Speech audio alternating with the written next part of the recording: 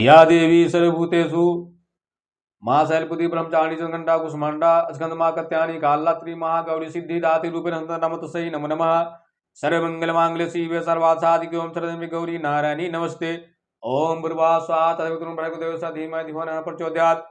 जय माँ गायत्री, माँ काली, माँ दुर्गे। ओम चंडिका देवी को नमस्कार है।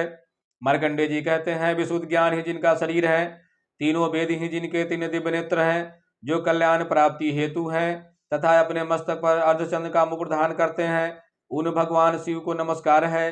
मंत्रों का जो अभी किलिक है, अर्थात मंत्रों की सिद्धि में विघ्न उपस्थित करने वाले साप रूपी किलिक का जो निवारण करने वाला है, उस सप्तती स्त्रोत को संपूर्ण रूप से जानना चाहिए और जानकर उसकी उपासना करनी चाहिए।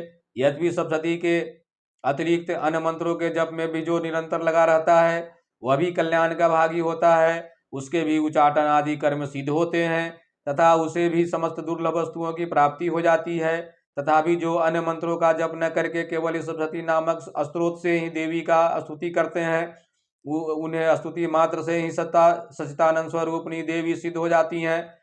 उन्हें अपने काल सिद्धि के लिए मंत्र, औषधि तथा अन्य किसी साधन के उपयोग की आवश्यकता नहीं रहती।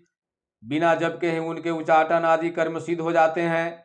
इतना ही नहीं, उनकी संपूर्ण अभिष्ट वस्तुएं भी सिद्ध होती हैं। लोगों के मन में यह शंका थी कि जब केवल सप्तती की उपासना से अथवा सप्तती को छोड़कर अन्य मंत्रों की उपासना से भी समान रूप से सब कार्य सिद्ध होते हैं, तब उसमें श्रेष्ठ कौन सा साधन है।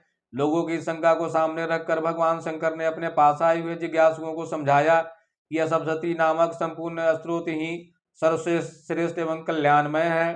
तंत्र भगवती चंडिका के सप्तती नामक स्रोत को महादेव जी ने गुप्त कर दिया।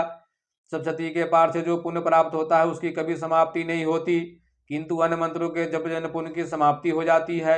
अतः भगवान शिव ने अन्य मंत्रों की अपेक्षा जो सप्तती की श्रेष्ठता का ही निर्णय किया, उसे यथार्थ ही जानना चाहिए।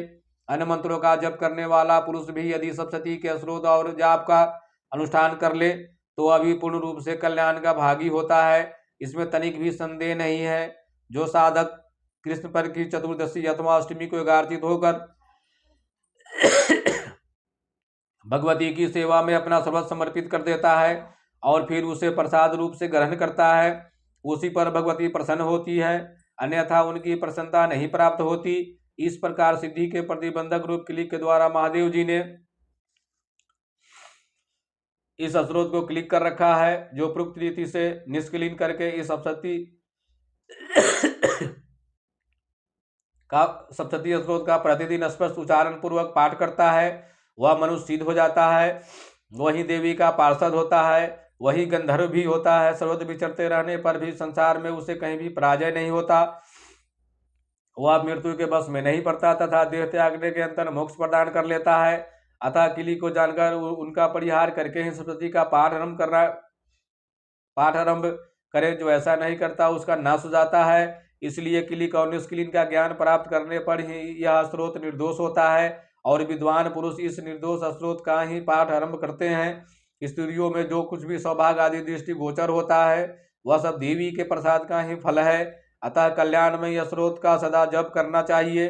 इस स्रोत का मंद स्वर से पाठ करने पर 16 फल की प्राप्ति होती है और उस स्वर से पाठ करने पर पुण्य फल की सिद्धि होती है। अतः उच्च स्वर से ही इसका पाठ आरंभ करना चाहिए। जिनके प्रसाद से स्वर, सौभाग्य, आरोग्य, संपत्ति, शत्रुनाश तथा परम मोक्ष की सिद्धि होती है, उस कल्याणमयी जगदम्बिका की स्तुति मनुष्य क्यों नहीं करते। सर्वमंगल मांगल्ये शिवे सर्वादि साधिके ओम शरण्ये गौरी नारायणी नमस्ते। या देवी सर्वभूतेषु शैलपुत्री ब्रह्मचारिणी चंद्रघंटा कुष्मांडा सन्मा कत्यायनी कालरात्रि महागौरी सिद्धिदात्री। श्री दुर्गे महारानी की जय। श्री माँ काली की जय। माँ भवानी की जय। ओम भूर्भुवः स्वः तत्सवितुर्वरेण्यं भर्गो देवस्य धीमहि धियो न प्रचोदयात्। श्री गायत्री माता की जय। सर्वमंगल मांगल्ये शिवे सर्वादि साधिके ओम शरण्ये गौरी नारायणी नमस्ते। दुर्गे महारानी की जय। दुर्गे महारानी की जय।